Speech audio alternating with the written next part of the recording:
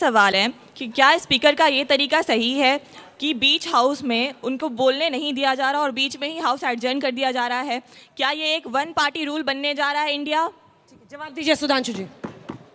मैंने पहले ही बताया, जब वक्तव्य के बाद कोई बयान नहीं होता, कोई चर्चा नहीं होती है, तो अगर आप प्रोसीजर को नहीं फॉलो करेंगे तो रोकना पड़ेगा। जैसे एग्जांपल के लिए आपकी मर्यादा है कि आपको जो प्रश्न पूछ रहे हैं, अंजना जी आपके पास आएंगी और आप यहां बोलेंगे। अब अचानक आप लोग नारेबाजी करने लगे तो अंजना जी क्या करेंगी? रोक दो भाई डिबेट थोड़ी देर के लिए, फिर सेटल करके फिर आते हैं। तो ये स्पीकर की मजबूरी है। मैं थोड़ा एक अंजना जी मेरा ये मैं थोड़ा बता दे रहा हूँ। हाँ, मेरा ये सवाल है, एक्चुअली मुझे इसका जवाब आज तक नहीं मिला है कि ये जो वैकल्पिक प्रधानमंत्री की जो संज्ञा आपने दी है नेता प्रतिपक्ष को, ये 1984 में कहाँ गई थी जब श्रीमती इंदिरा गांधी जी का असामयिक निधन हुआ था? ये आप पहली बात, इन्होंने अभी आपने शब्दों को समझा नहीं, उनके कृत्य के बारे, उनके रोल के बारे, क्योंकि हम रचनात्मक रूप से सरकार को चेक एंड बैलेंस, नियंत्रण भी करते हैं, संतुलन भी करते हैं। मैंने कहा इस चीजों को समझे। वैकल्पिक तब भी तो सर एक ही पार्टी रूल था, तब क्यों फिर राजशाही चलाई गई भारत में? तब क्यों नहीं दूसरे किसी नेता प्रतिपक्ष को प्रधानमंत्री बनाया गया? आप पूरी बात पहले समझ ले, पूरी बात समझ ले और बातों के जो भावार्थ उसको समझ ले। मैंने क्या कहा, उनके रोल क्या होते हैं? सरकार के कृत्यों को एक तरह उनको आलोचना करना, उनको सतर्क करना, सजग करना और साथ ही साथ संतुलन भी बनाए रखना, पक्ष और विपक्ष में ब्रिज का काम करना। इसीलिए एक उन्होंने दिया गया कि वैकल्पिक प्रधानमंत्री के रूप में एक रोल उनका प्ले करता है। रही बात, आपने जो बड़ी फनी बातें हो रही थी, आपको याद है आर्टिफिशियल इंटेलिजेंस, आप सारे लोग नए लोग हैं। प्रधानमंत्री जी क्या हम बात करते हैं? आई है मतलब माँ, आर्टिफिशियल इंटेलिजेंस का आई पे लगे। अरे शब्दों में बहुत बार ऐसे हल्के पुल्के बातें होती है, उनको आप कोट कर रहे हो, तो आप बता दे प्रधानमंत्री जी क्या कहे। वो तो गैस, वो तो नाली से भी गैस निकाल रहे हैं, बादल से रडार झक जाते हैं। किस चीज को आप बात करना चाह रहे हैं? आप लोग सुना है क्या आर्टिफिशियल इंटेलिजेंस की बात कर रहे हैं, आई की बात कर रहे हैं? आप क्लियर कर देना। बिल्कुल छोटा सा जवाब। इन्होंने कहा था कि 1977 से नेता प्रतिपक्ष बनना शुरू हुआ। 77 में क्या हुआ था? जब पहली गैर कांग्रेस सरकार आई, तब से नेता प्रतिपक्ष बनना शुरू हुआ। और दूसरा, जो ब्रिटिश पार्लियामेंट्री सिस्टम है, पहली बात तो हम ब्रिटिश को क्यों दिमाग में रखें, वहां वर्ड है शैडो पीएम। शैडो का मतलब छाया, और छाया हकीकत नहीं होती है। कहा गया है वक्त इंसान पे ऐसा भी कभी आता है, राह में छोड़ के साया भी चला जाता है। तो आज स्थिति यह है, कांग्रेस पार्टी को वो साया भी नहीं मिल रहा है जो प्रधानमंत्री के पद की बात कहते थे। अभी तो फिलहाल 3 बार से मिलके उतने सीटें नहीं पा पाए जितनी हमारी एक बार में। जो मेन टॉपिक है इसका कि राहुल गांधी को रोका जा रहा है बोलने से बार बार।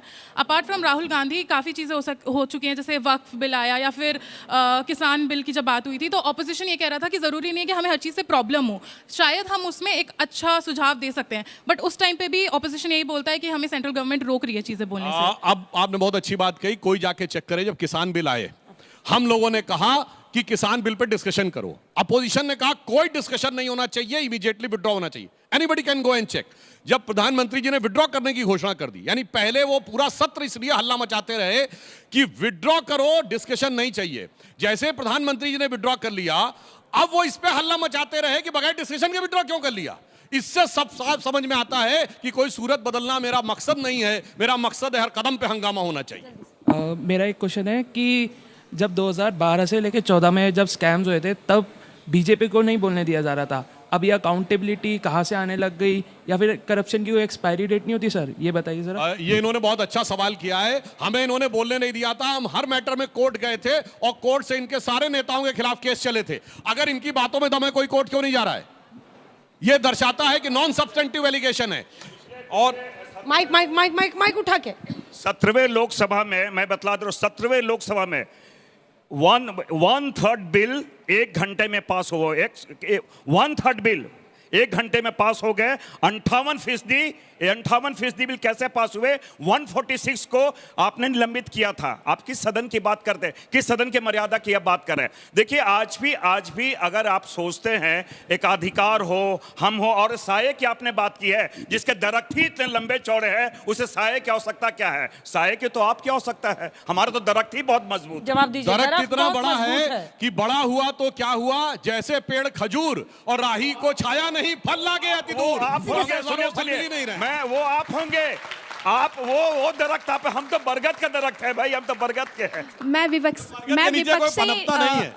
ठीक है, सवाल सुनिए। मैं विपक्ष से ये सवाल पूछना चाहती हूँ कि आप बार बार ये आरोप लगा रहे हो कि प्रतिपक्ष को बोलने नहीं दिया जा रहा है। क्या राहुल गांधी जी को बोलना आता है? वो कभी सोने से आलू निकाल रहे होते हैं, कभी आटे को लीटर में नाप रहे होते हैं।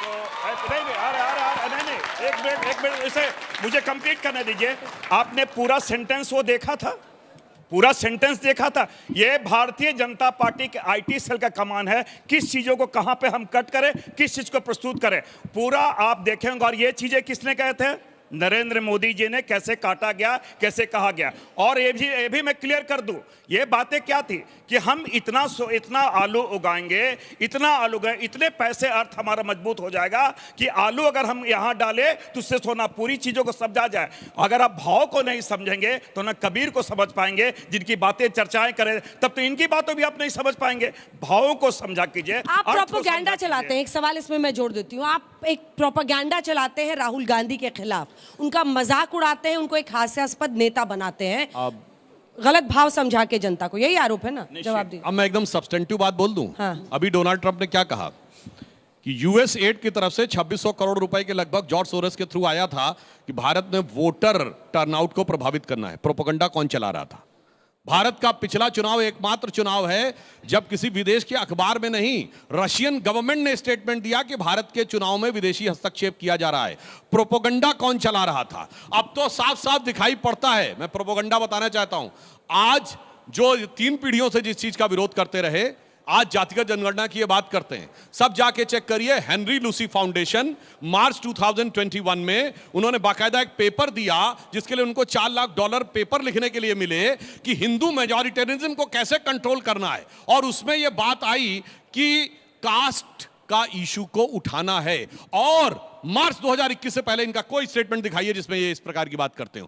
प्रोपेगेंडा क्या है? राहुल गांधी पर था। सुधांशु जी कह रहे हैं आप लोग राहुल गांधी का मजाक उड़ाते हैं। नहीं, अब मैं बता रहा हूं। मैं सीरियस बात कह रहा हूं। राहुल गांधी का मजाक उड़ाने किसी को जरूरत मजाक कर रहे थे क्या? नहीं, मैं लोग बैठे थे आप अभी तक। राहुल गांधी जी का मजाक उड़ाने की किसी को जरूरत, सुनिए, आप बोले आप सीरियस हो रहे हैं, इसका मतलब सुधांशु जी इसके पहले आपकी बातों में मैं राहुल गांधी जी का मजाक उड़ाने की जरूरत ही नहीं है।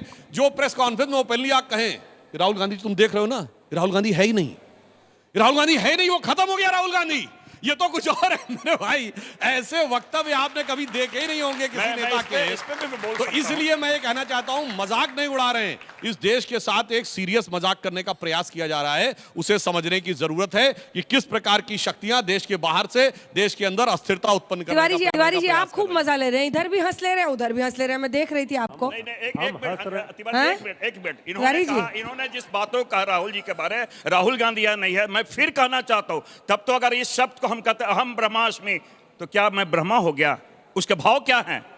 उसका भाव क्या है बता दे जरा से। तब तो कल को बहुत सारे से शब्द आते हैं, आप भी बोलते हैं, हम लोग भी बोलते हैं, हम ब्रह्मास्मि, ईश्वर का वास मेरे पे है। मतलब राहुल गांधी वो है नहीं, इसके लिए हम ब्रह्मास्मि ले आए। गजब है साहब, यही भक्ति है। फिर कहा मैंने बहुत स्पष्ट कहा, राहुल जी के कहने का मतलब बहुत सारी चीजों में, किसी में रेडिकल चेंजेस आता है, बहुत सारे अपने आचरण में परिवर्तन आता है, बहुत सारी चीजें आती है। तो वो कहने का मेरा सवाल ये है विपक्ष से कि जैसे सुधांशु जी ने कहा था कि राहुल गांधी जी ने मर्यादा का उल्लंघन किया, तो मुझको जवाब हाँ या ना में चाहिए कि क्या मर्यादा का उल्लंघन हुआ था या नहीं। और अगर ये कहते हैं चीज में संसद में जब वो बोल रहे थे तो उन्होंने मर्यादा का उल्लंघन किया था, अगर जवाब है नहीं तो फिर इसको सुधांशु जी आप डिफेंड करिए कि ठीक है। So my question is to Sudhanshu ji. आपने अपना जो कॉन्वर्सेशन या आर्ग्यूमेंट शुरू किया था, आपने इस बात से कहा था कि राहुल जी को हर चीज़ से प्रॉब्लम है। सो एज पर अस जनता की तरफ से ऑपोजिशन का काम ही यही है कि उनको वो चीज़ें देखें और बारीकी से देखें। एक ऐसे भी नेता है, मैं नाम पता नहीं मुझे लेना चाहिए कि नहीं, जो ओलंपिक्स भी होता है तो ओलंपिक्स में कौन जीत के लाया, ही और she is not important but the minister is more important. तो सेल्फ ऑब्सेशन की बात तो नहीं करे तो बेहतर है। राहुल गांधी की बातें इतनी इनफेक्टिव होती हैं तो उनको पॉइंट रखने क्यों नहीं दिया जाता? अगर वो पॉइंट नहीं रखेंगे तो उनकी वीकनेसेस बाहर कैसे आपको पता चलेगी? पहले ही पता चल जाएगा। आखिरी के 2 सवाल जल्दी से। आपने अभी कहा कि राहुल गांधी के अगेंस्ट जितनी भी इंफॉर्मेशन है उसको बीजेपी मैनिपुलेट करती है, मगर इतने टाइम से इंटरनेट एग्जिस्ट करता हो रहा है, हम ये सब जानते हैं कि हमारी जो जनता है वो कैसे हर एक नेता के क्लेम को अकाउंटेबल होल्ड करेगी। तो आप ये कैसे कह सकते हैं कि सारी इन्फॉर्मेशन बीजेपी ने मैनिपुलेट करी, जब आपको भी ये पता है कि भाजपा का कितना ही हाथ हो सकता है जब इतने सारे ही मीम्स राहुल गांधी बने जा रहे हैं? क्या ये उनकी गलती नहीं है कि वो अपनी खुद की इंटेग्रिटी मेंटेन नहीं कर पा रहे? जवाब दीजिए इसका। आपने देखा होगा जो भी चीजें, जिस प्रकार की चीजें प्रस्तुत की गई है, उनके सारे जो रील्स जो बने हैं या जो वक्तव्य थे, हमने सारे चीज़ों को, आपके चीज़ें या तो यूट्यूब में या सारी चीज़ें हमने आपके माध्यम से हमने दिखलाया भी है। हमने कहा भी कि सत्य क्या है और किस प्रकार कटेल की जाती है। बेटा अगर आप क्रिकेट खेलते हो, हमने किसी ने बॉलिंग किया, पता चला हमने बल्ले मांगे, वो हमारे विकेट टेक उड़ गया, हमने वो बल्ले भांजते हुए दिखलाया और किसी और के सिक्स से हमने क्लिप करके दिखा दिया। कितने साल तक ये होता रहेगा? बिल्कुल सही बताया, यही कांग्रेस के साथ हो रहा है। हिट विकेट पे हिट विकेट हो रहा है। दिल से सुधांशु, सवाल था वही तो मैं कह रहा हूँ। कितने साल से हैं पॉलिटिक्स में, अभी तक वो समझ नहीं पा रहे, बॉल आता है और सवाल ये है आज क्योंकि सत्ता में है, कॉन्स्टिट्यूशन से कॉन्स्टिट्यूशनल जितने भी बॉडीज है कैसे नियंत्रित, इनडायरेक्ट रूप से कैसे नियंत्रित कर रहे हैं वो आपको ही पता। केवल मैं आरोप लगा रहा हूँ, केवल राहुल जी आरोप लगा रहे हैं, सो बात नहीं है। आपका मीडिया आईटी सेल नहीं है। मैं आपके साथ इतना अच्छे से वार्ता कर, नहीं आईटी सेल मैंने सबका है, मतलब सुप्रिया जी हेड करती हैं आपके सेल को भी ना, ये तो हर पार्टी का होता है। जहां हमें अवसर मिलता है हम उन चीज को कंट्राडिक्ट करते हैं, लेकिन मैंने कहा तब तक इतनी चीजें फैल जाती है, आपको भी वक्त नहीं मिलता उन सही चीजों को जानने का। लेकिन मेरा आज से मैं भी ये कहता हूं, ये किसी राहुल गांधी जी और मेरा कांग्रेस पार्टी, भारतीय जनता की पार्टी की बात नहीं है। संसदीय परंपरा, लोकतंत्र, उसकी गरिमा और ये देश के लिए बहुत महत्वपूर्ण है। मैं आज भी कह रहा हूं, पक्ष और विपक्ष ये लोकतंत्र का ये गहना है, संसद का गहना है। आपकी बातों का हम अगर नहीं स्वीकार करें, हमारी बातों का अपना स्वीकार करें, तो ये तो घर में ही हमारी, ठीक है वो इफेक्टिव नहीं है, जैसे जो प्रश्न था, अरे तो बोलने दीजिए, नई जनता पर असर होगा, जिसकी बात का असर होगा वो मार्क्स ले जाएगा, बोलने तो दीजिए। अंजना जी, जनता पर असर तो नहीं होता है, मसला ये है कि संसद में संसद की गरिमा को नुकसान पहुंचाते हैं। वक्त मिलता है वहां विपक्ष के रूप में जनता की बात को कहने और रखने का, और नेतागिरी करने लगते हैं, उसको अपनी पार्टी का मंच समझने लगते हैं। और मैंने एकदम ठीक कहा था, आत्ममुक्ता के शिकार इसलिए हैं क्योंकि पार्टी में स्पेशल ट्रीटमेंट मिलती रही, परिवार में स्पेशल ट्रीटमेंट मिलती रही, अब संसद में भी चाहते हैं कि स्पेशल ट्रीटमेंट ही मिलती रहे। अभिषेक जी, मुझे लगता है अभिषेक जी, आपने परिवार नहीं, आपने परिवार की बातें कही, तो मेरा आपसे बिना, आप थोड़ा सुन लीजिए। आपने परिवार की बातें कही, इंदिरा गांधी जी की हत्या की गई या नहीं की, मैं परिवार की बात करें, राजीव गांधी जी की हत्या की गई या नहीं की, आप इस प्रकार बातें कर रहे हैं। लोकसभा के नेता प्रतिपक्ष, 9 साल देश की आजादी के लिए उन्होंने वो जेल गए या नहीं गए, आप किस परिवार की बात कर रहे हैं? मैं जवाब देता हूं आपको। मैंने कहा कोई उठा के कोई राज्यसभा में हमने नहीं भेजा, वो बाकायदे जो लोकतांत्रिक पद्धति है, चुनाव लड़के वो बने हैं, चुनाव लड़के जल्दी से। और बार-बार जो परिवार की बात करें, परिवार ने सुनने का धैर्य अगर उनके पास हो तो, अरे भाई कैसे स्पेशल ट्रीटमेंट नहीं है? इतना बखूबी यार देश की जनता ने देखा है। अध्यक्ष पीछे खड़े रहते हैं, मल्लिकार्जुन खड़गे साहब पीछे खड़े रहते हैं, सदन के नेता पीछे खड़े रहते हैं, न खाता न बही, जो राहुल जी कहें कांग्रेस में वही सही। यही पद्धति है कांग्रेस पार्टी की।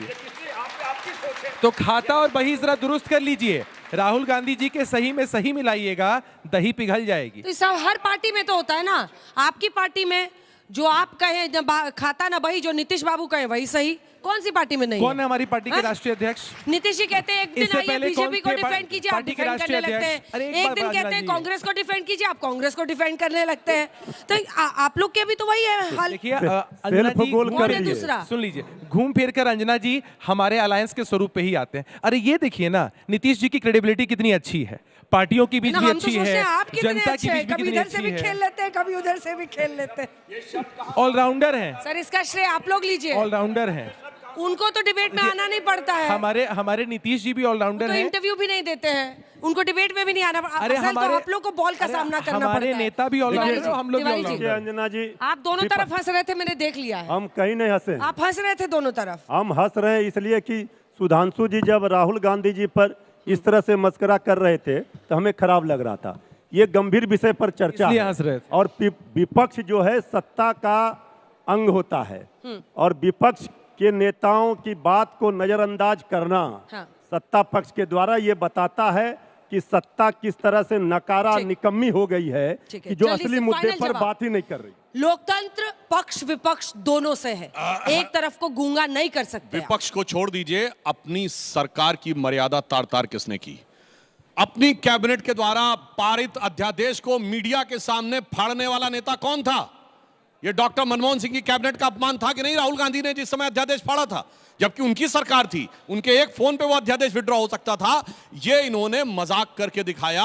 ये दर्शाता है कि ये किस प्रकार के। और दूसरी बात मैं कहना चाहता हूं कि भाई देखिए, अगर अपोजिशन लीडर बनना था तो 2004 के बाद से लगातार 20 साल से वो, मतलब अब ये 5वीं बार जीत के आए हैं। पिछली बार क्यों नहीं बने? केवल इस समय कवच पाने के लिए बने हैं। अन्यथा मैं एक और बात इनसे विनम्रता से कहना चाहता हूं, जो विपक्ष की बात कही भगत जी ने। जल्दी से इंदिरा जी की हत्या हुई थी घर में, इससे बड़ा इंटेलिजेंस फेलियर हो सकता था क्या? मगर विपक्ष ने कभी मुद्दा बनाया ना। संकट की घड़ी में सरकार के साथ खड़े होना चाहिए, विपक्ष में राजनीति नहीं करनी चाहिए। और रही बात इसकी, इन्होंने कहा रेडिकल चेंजेस। देखिए, आप कह रहे हैं गठबंधन चेंज, अरे आदमी अपनी पार्टी में रहते कैसे चेंज होता है? 2014 राहुल गांधी जी, याद है कांग्रेस में यंग ब्रिगेड, बाबा ब्रिगेड, क्लीन शेप, बढ़िया अपना एक बढ़िया चॉकलेटी बॉय वाली इमेज, और हिंदी में शपथ, मैं ईश्वर की शपथ लेता हूं। 2019 कुर्ते के ऊपर जनेऊ और अपनी जाति नहीं गोत्र भी बता दिया जाके पुष्कर में निकलने के बाद। फिर 2024 कार्ल मार्क्स जैसी दाढ़ी, और अब उसके बाद ये टी शर्ट पहन के, और अब ईश्वर के नाम की शपथ नहीं, अंग्रेजी में सोलमनी अफर्म। अगर एआई को कहा जाए कि तीनों को मर्ज कर दो तो एआई परेशान हो जाएगा कि मैं कुर्ता दिखाऊं कि ये दाढ़ी दिखाऊं।